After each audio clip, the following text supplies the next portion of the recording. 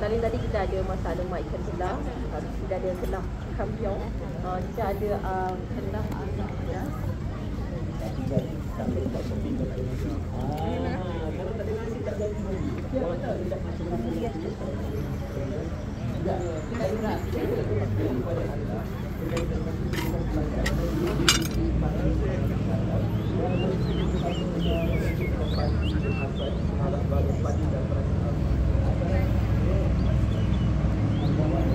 gambar ni pun boleh. okey, kalau tadi Ifan dah bagi teaser sikit yang pani dah pedas. Jadi aku bagi ada kenaannya. Untuk strawberry kan dah. Oh dah, okey. Terima kasih.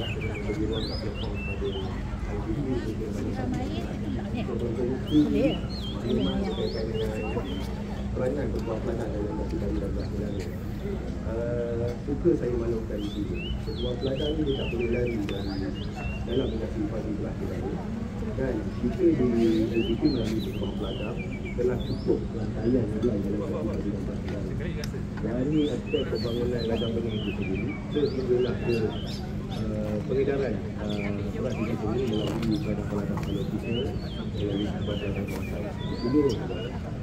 Dan dalam konteks itu juga kita memiliki pembangunan ladang-ladang benih di seluruh negara untuk memastikan kita dapat membekalkan benih padi yang berkualiti kepada pusat pengeluaran padi kita untuk diproses dan seterusnya dibekalkan kepada sawah-sawah kita di seluruh negara.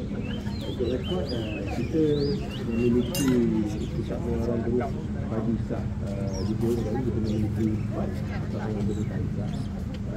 Dan sedia ada kita ada di bawah Pembangunan kita di Blok 6 dan kita juga telah bersedia dengan 3 pusat pengeluaran padi yang baru, iaitu di Perak, di Pariwisata Perak, di Kebun Pariwisata Perak dan satu di Sungai Buloh. Untuk makluman, saya rasa pihak RTM juga sudah maklum baru-baru ini pada 6 Mei 2025 merupakan satu sejarah juga buat lembaga pertukaran pelajar dan juga kepada Kementerian Perdagangan dan Makanan di mana Duli Yang Maha Mulia Datuk Seri Sultan Perak Darul telah berkenan mempermaklumi memperhatikan tentang pengelolaan dengan padi dan mana di situ insyaAllah kita akan mula berkongsi tentang dapat kuasa dari rekod oleh pihak KPKN itu sendiri bermula awal bulan Jun atau bulan ini dan ia ini dijangka akan memberi manfaat kepada lebih 16,000 pesawat khususnya di barat itu. Selain itu, dalam konteks yang saya mulai saya sebutkan tadi, kita juga membangunkan program modernisasi aset padi yang mana program ini berfokus kepada tanaman padi luar jelantah. Kenapa luar jelantah?